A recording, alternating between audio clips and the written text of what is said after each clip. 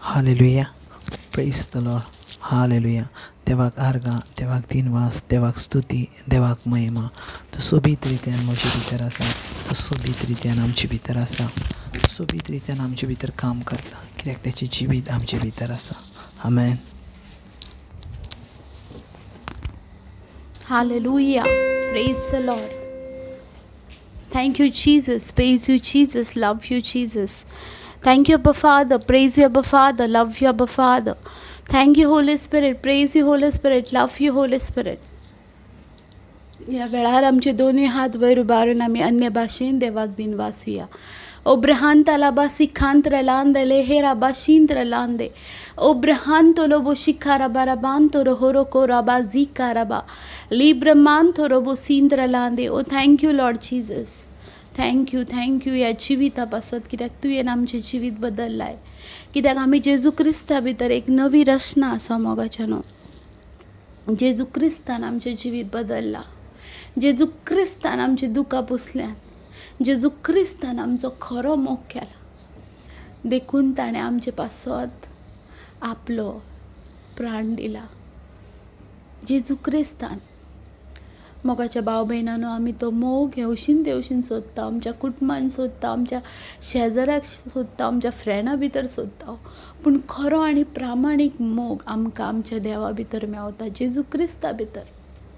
कित्याक ताणें एकल्यानूच आमचे पासत सगळें सोंसलां आनी आमची दुखां पुसल्यात. आमची पिडा, आमची पातकां, आमचें दूख, आमचे कश्ट, आमचे वयले श्राप ताणें आपणाचेर घेतल्यात आनी आमकां हर एकांसून सुटका दिल्या. त्या देवाक ह्या वेळार थँक्यू म्हणूया मोगाच्यानो, कित्याक आयची कितें आमी आसा ती फकत आमच्या देवाक लागून. विदाउट क्रायस्ट आमी एमटी आसा. जेजू बगर आमी रिकामी आसा, खाली आसा, एमटी बॉटली भाशेन आसा मोगाच्यानो. पूण जेजू क्रिस्त आसा देखून आमी भरलेली आसा देवाच्या आत्म्यान, देवाच्या जिवितान. त्या देवाक ह्या वेळार दिन वाचुया, कित्याक तो आसा मोगाच्यानो.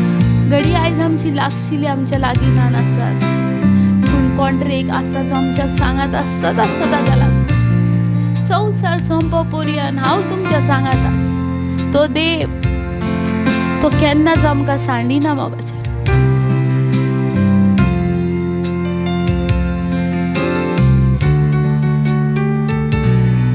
केन्नाच आमकां सांडिना. तो सदांच आमच्या सांगात आसता.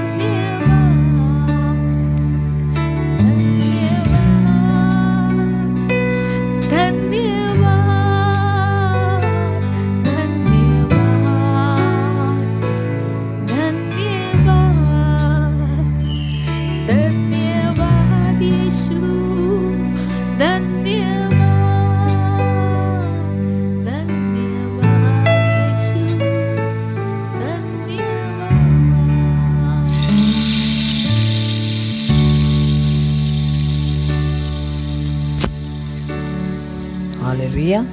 Praise the Lord. देवाक आर्गां, देवाक दिनवास, देवाक स्तुती, देवाक महिमा. आमी देवाक वाखाणटा कित्याक तो बरो आसा. आमच्या जिवितांत तो काम करता, आमच्या जिवितांत तो चलता. Praise the Lord. आयचे देवाचे उतर घेयात.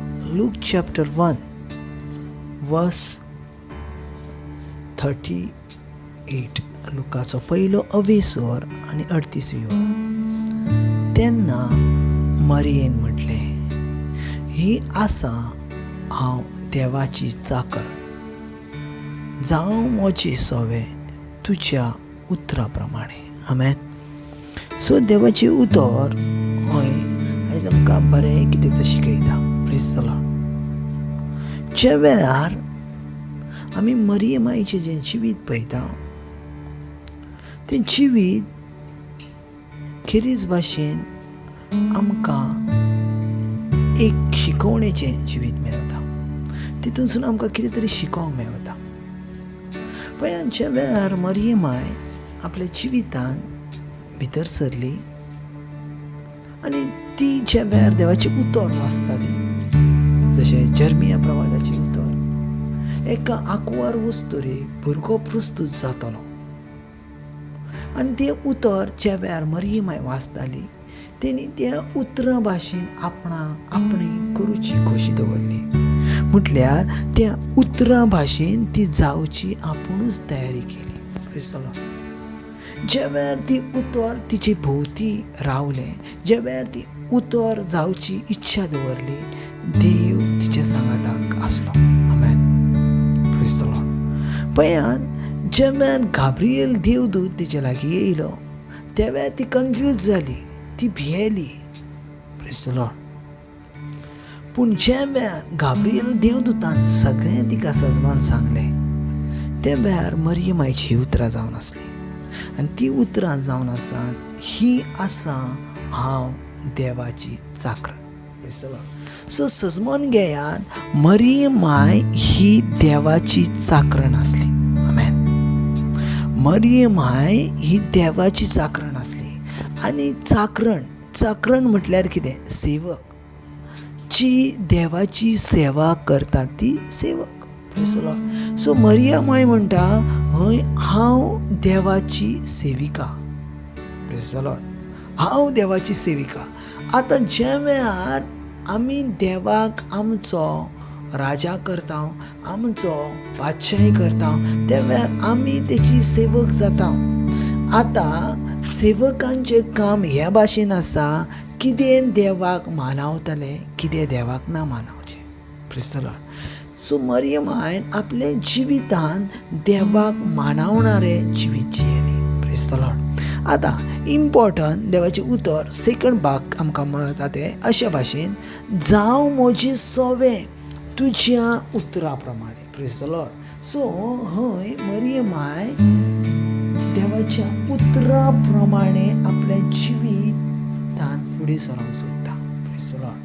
मरियम आय देवाच्या उतरा प्रमाणे आपल्या जिवितान फुडें सरोंक सोदता. देखून मरियम आय म्हणटा, जावं म्हजी सोवे जें उतर बरयलां, जें उतर म्हज्या लायफान येयला, त्या प्रमाणे म्हज्या जिवितान जावं. Praise the Lord. आनी आयज हेंच उतर देव आमकां शिकयता. कितें तर आयज आमचें जिवीत मरियम आयचें, जशें मरियम आयन म्हटलें, जावं म्हजें सोवें देवाच्या उतरा प्रमाणे, तशें आमी आमचें जिवीत देवाच्या उतरा प्रमाणे चलता वा ना, हें खूब म्हत्वाचें. खूब म्हत्वाचें. कित्याक जायते पावटी आमी देवाच्या उतराच्या भायर जिवीत जियेता. Praise the Lord. आनी हें जिवीत जो कोण जियेता ते मरियम आय भाशेन जियेनात. Praise the Lord. मरियम आय ही देवाची चाकरण आसली आनी देवाक मानवता तशें जिवीत जियेली. आयज जर आमी मरियम आयक जर फॉलो करता जाल्यार, मरियम आय एक प्रॉफीट म्हणटा जाल्यार, तर आमी मरियम आयन जशें जेजूचेर विश्वास दवरलो, मरियम आयन जशें जेजूचो भावार्थ दवरलो, तशें हांवें आनी तुवेंनूय पासून जेजू क्रिस्ताचेर भावार्थ दवरूंक जाय. Praise the Lord. मरियम आईक पासून जाणा आसलें कितें तर ह्यो जो पूत आसा ह्यो म्हज्या कुशव्यांत आसा, पूण तो देवाचो पूत आसा.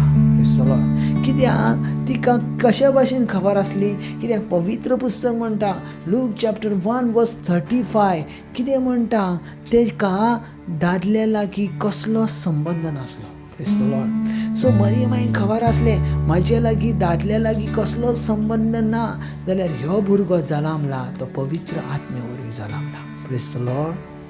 हालेलुया. पवित्र आत्मे वरवीं जल्मला. Praise the Lord. पळयात, आयज आमी मरियमाक मानता पूण मरियमाचे गुण नाका. आयज मरियमाय सगळ्यांक जाय पूण मरियमाय कशी चल्ली तें नाका. Praise the Lord. हालेलुया. आयज पळयात, ती आयज सांत आसा वा ती आयज सर्गार आसा जाल्यार ती सर्गार कशी चल्ली वा कशी गेली हें आमी पळोवंक जाय. Praise the Lord. पळयात, एक सोबीत वस म्हटल्यार आतां काय जेनेसिस टू रेव्हलेशन जितले देवाचे सेवक आमी पळयता हे दर एक देवाचे सेवक जावन आसात देवाक मानवणारे सेवक. Praise the Lord. आयज देखून तेंची नांवां पवित्र पुस्तकार बरयली गेल्यात कित्याक ते देवाक मानवले. Praise the Lord. हालेलुया. आयज भोव इम्पॉर्टंट आसा बाबा, तूं देवाक मानवलाय वा ना. Praise the Lord. जर तूं देवाक मानवंक नाय तर तूं ह्या संवसारान रावून करताय कितें. Praise the Lord. तूं ह्या संवसारान रावून करताय कितें जर तूं देवाक मानवंक नाय तर. Praise the Lord. हालेलुया. जायतीं जाणां देवाच्या उतरा प्रमाणे चल्ला. Praise the Lord. म्हणून न्हू ज्या वेळार आमी मार्क चॅप्टर 7 पळयता, जायतीं जाणां न्हू देवाच्या उतरा प्रमाणे चलना. देखून मार्क चॅप्टर 7 जर तुमी ओपन करतात जाल्यार थंय आमकां देव एक बरें उदाहरण जाता, बरें उदाहरण सांगता. मार्क चॅप्टर 7 वर्स 8. देवाची आज्ञा सांडून मनशांच्यो चाली तुमी पाळतात. Praise the Lord. देवाची आज्ञा सांडून मनशांच्यो चाली आमी पाळटा. पळय, आयज आमी पळयता जाल्यार चड आनी चड जी आमची लोकां आसात ती जियेतात देवाच्या उतराक न्हू पूण मनशाच्या उतराक. मनशाक कितें बरें दिसतलें हेचेर आमचें जिवीत डिपेंड रावलां. मनशाक कितें बरें दिसता हेचेर आमचें जिवीत चलता. Praise the Lord. हेचेर आमचें जिवीत चलता. हालेलुया. पळय, देवाचें उतर क्लियर म्हणटा.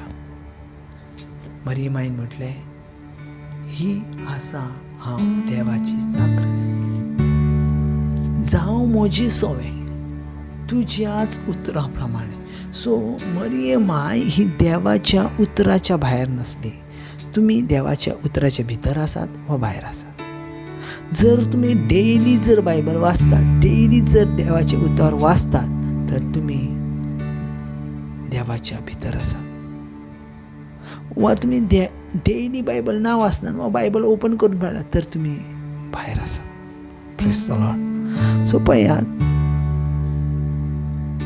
ज्या वेळार मरियमायन म्हटलें, जावं म्हजी सोवें तुज्या उतरा प्रमाणे, तुज्या उतरा प्रमाणे. सो मरियमायन खबर आसलें देवाची उतरां कितली म्हत्वाची. देव उलयता ती आमच्या जिवितान आमी करूंक जाय. Praise the Lord. आयज आमी सकाळचो बायबल ओपन करता, वाचता, पूण कितलीं जाणां म्हणटात हें उतर म्हजे पासत आसा आनी ह्या उतरा भाशेन हांवें जियोंक जाय. Praise the Lord. दिसाक एक जर उतार घेता जाल्यार अशी कितली तरी उतरां आसात तुज्या लायफ टायम ताकाय तुज्या सांगाताक रावतली. आमेन. कित्याक मरियमायन क्लियर म्हटलां, जावं म्हजी सोवें तुज्या उतरा प्रमाणे. मरियमायन मनशांची उतरां फॉलो करून नात पूण देवाची उतरां फॉलो केली.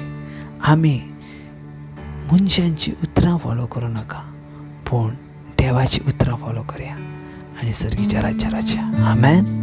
Thank you Jesus. हे दिसा पासून, हे वेळा पासून, हे तुज्या उतरां पासून, तुजी उतरां सासणीक जिविताची, जेका सस्मातान तो आपलें जिवीत बदलता, तुजें जिवीत बदलता, आपले नवे वाटेन चल्ला. Thank you Jesus. आमेन.